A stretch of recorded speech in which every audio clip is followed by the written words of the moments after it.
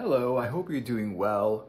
Why aren't there any movies of Michael Moorcock stories, right? You've got tons and tons of movies about so many different writers that have been making content since the 60s and like earlier than that, and some writers who started writing in the 80s and the 70s and things like that. But what about Michael Moorcock? He's one of the biggest writers in fantasy, and he's never had a movie about anything, and he's written so much stuff, and he's put so much stuff out there, and he's got like multiple characters, multiple worlds, there's a whole multiverse. There's so much that he did, that he put together, and there's no movie of it, you know? And why is that? Why is that the case? Why is like Conan the Barbarian have a movie?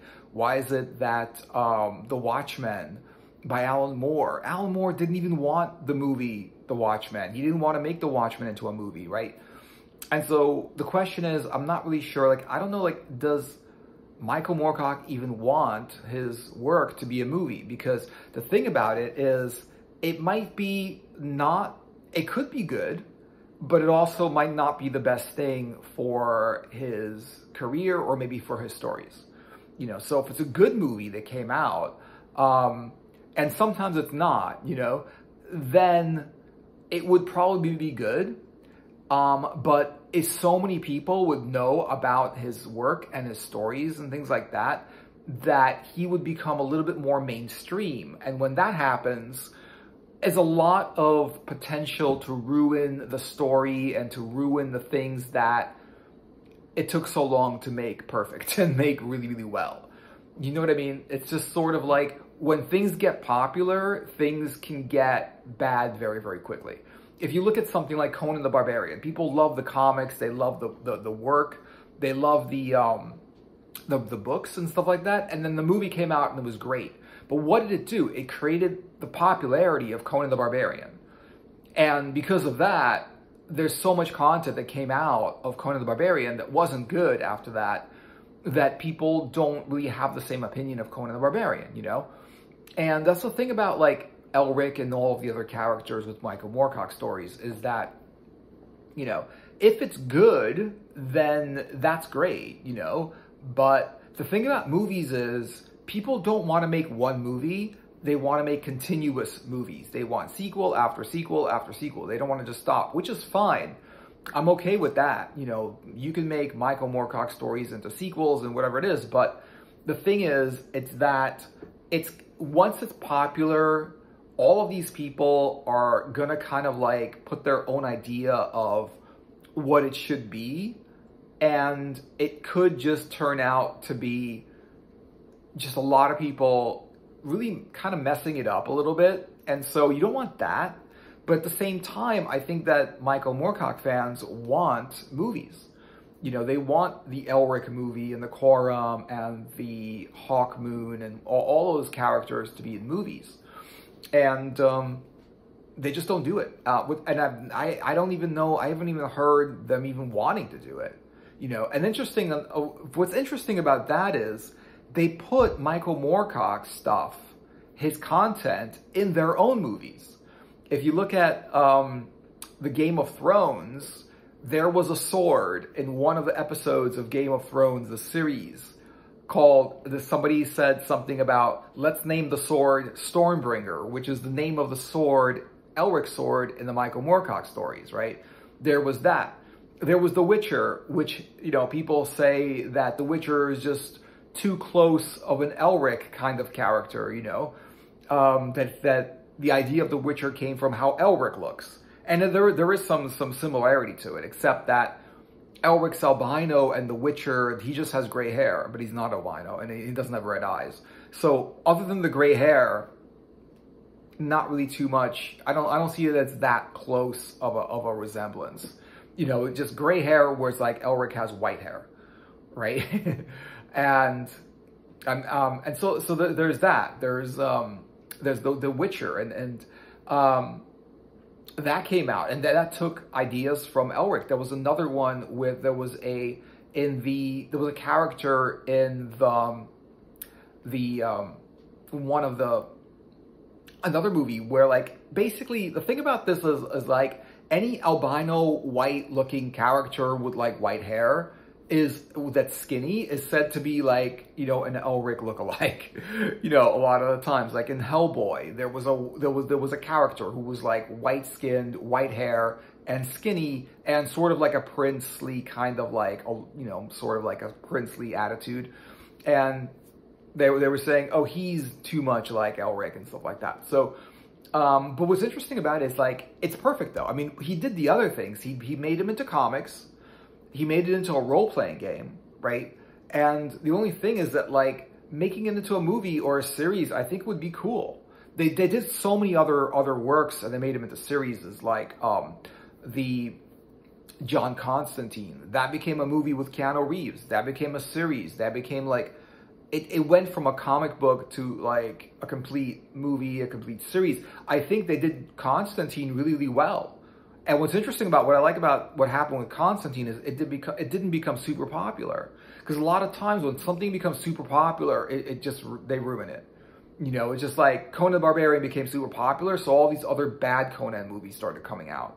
You know, whatever comes out that becomes super popular, all of a sudden someone takes it over. Like Star Wars, you know, it became super popular after the first 3 movies that like, they kind of just like said, hey, people are going to watch it no matter what we put out, so let's like mess up the story for people.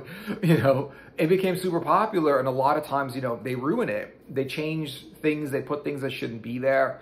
And I think that's what, in The Watchmen, I think that's what Alan Moore didn't want. They didn't want him to change the movie and stuff like that. But the thing is, even with Moorcock creating a movie, what would it be like, you know? Would it be just based on the book? Like, would it be like word for word the story of the first novel? Because there's a lot of content. You couldn't just make one movie. You couldn't take any of the characters of Moorcock's ideas or any of his books or writings and make it into a 2-hour movie. You couldn't do it. That's harder to make into a movie than Dune was to make into a movie. You know, it's a gigantic novel, and they made it into a 2-hour movie, right? You can't do it. You can't make a movie. It's too short. You can make a series.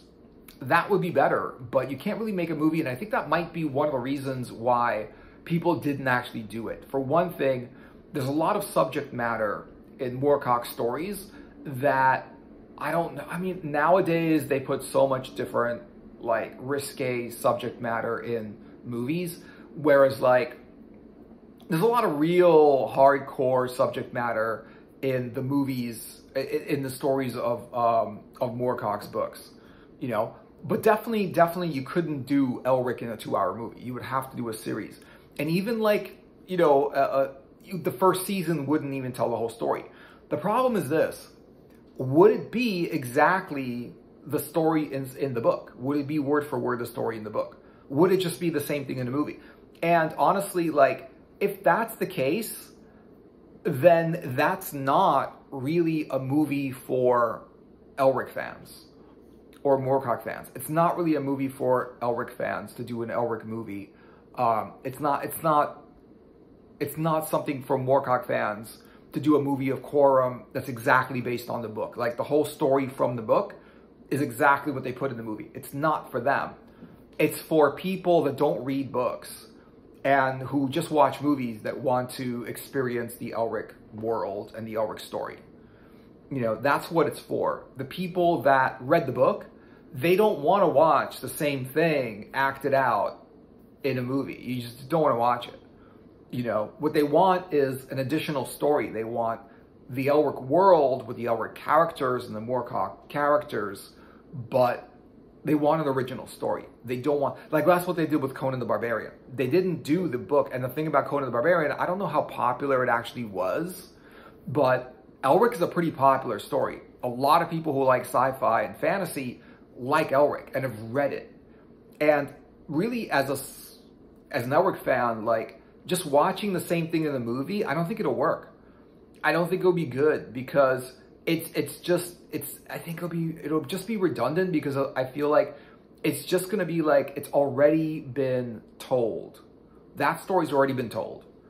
And so the only way you can do it, you can put some of the, you know, to make the movie make sense to people that don't know Elric, put some information there. You could put some stuff where Elric came from, and what the story was like and get everything going, you know, get everything up to speed as to who Elric is, where he's from, what the world is like, and things like that.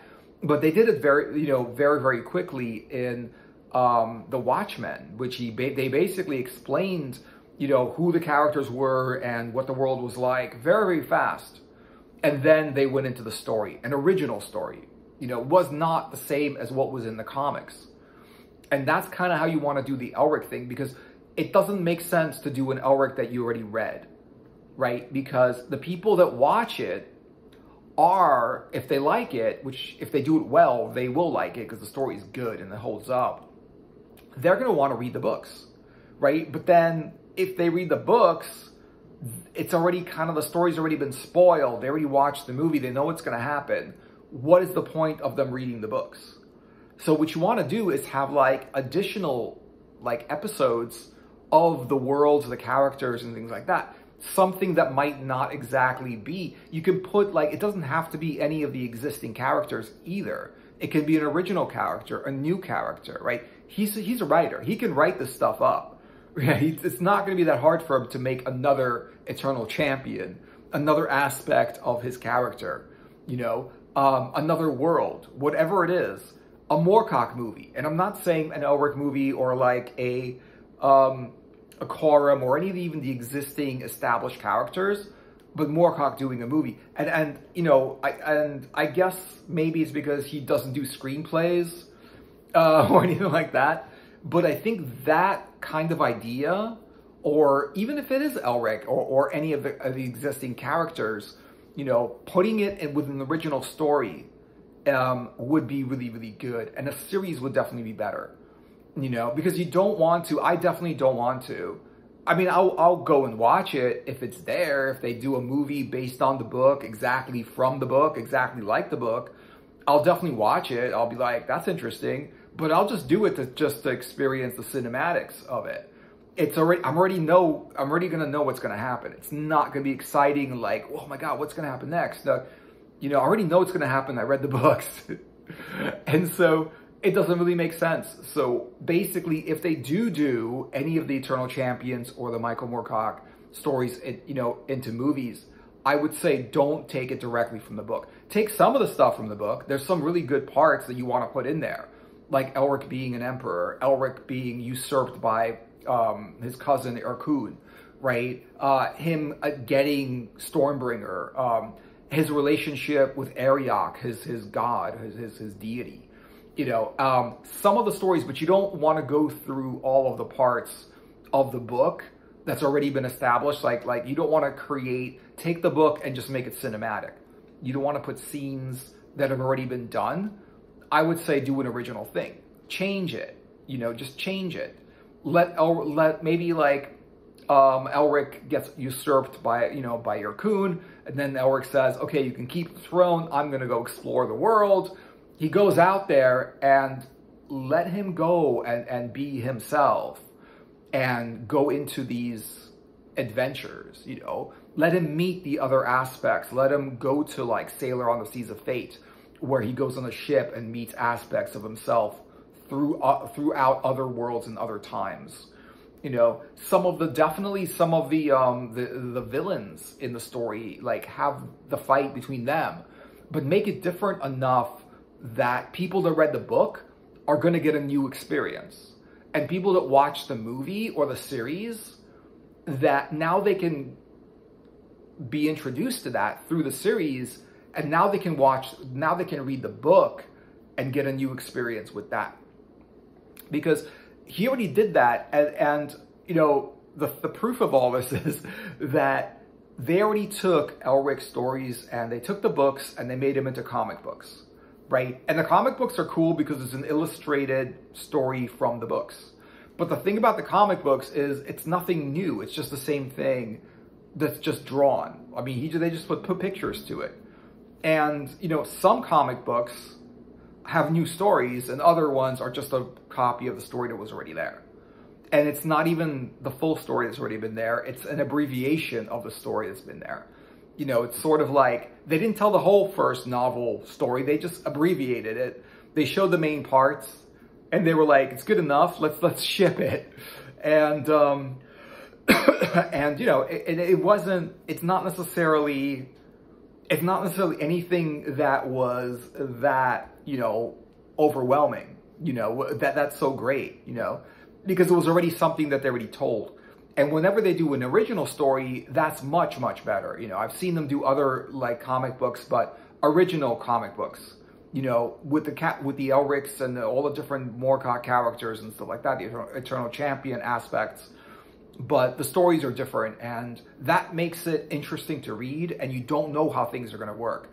I think because the reason that the first three, like the prequels of Star Wars, didn't work is because we knew where the story was going to go. It was completely spoiled because we already knew where the prequels were going to go. So we already knew what the stories were about. They were more of like an informational thing. It was more of a documentary of the, you know, the preceding stories of Star Wars. It's like, this is what happened before, let me just fill you in. It was more like the purpose of it was just to tell what was to tell the viewers the history of the story, rather than to be a cinematic standalone movie, right? And they could have done it a lot faster. They didn't have to like tell that story in 3 parts.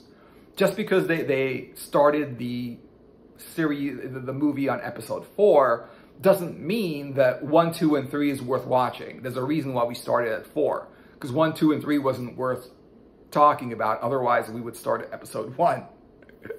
So anyway, so that's the thing about it. So even if they do make a story about Elric, there's, you know, if they make it exactly, or any of the Eternal Champions, or any of the Moorcock characters, you know, if they make it exactly according to the story, it's like, I already read the story. I don't want to see a movie about, I mean, I'll watch it, but it's not going to be that interesting. It's not going to, it'll be cool to see like the actors and everything play it out, but it would be better if I can get like the next, you know, novel in the story. I mean, you can't really get too much of the next novel in the story because, you know, Elric pretty much, they kind of, you know, got rid of Elric in the story, you know, and so, but they could still put like Elric, you know, they could still put stories about him that were just not in the books. There's a lot of things that they talked about in the books that there wasn't actually in the book. They were like, they might have talked about certain things that happened that they never really wrote about. They just kind of mentioned that this happened, but they didn't really describe it or anything like that. So that's the thing about it. So if they do make Moorcock stories and Moorcock movies, you know, it's got to be original and it's got to be new. And I think that then it would actually work. You know, because then they're not going to say, oh, they ruined it, the book was better. The only way the book is better or the movie is better is if the book and the movie are the same, right? But if they're different, you can't say that this is better because they're different.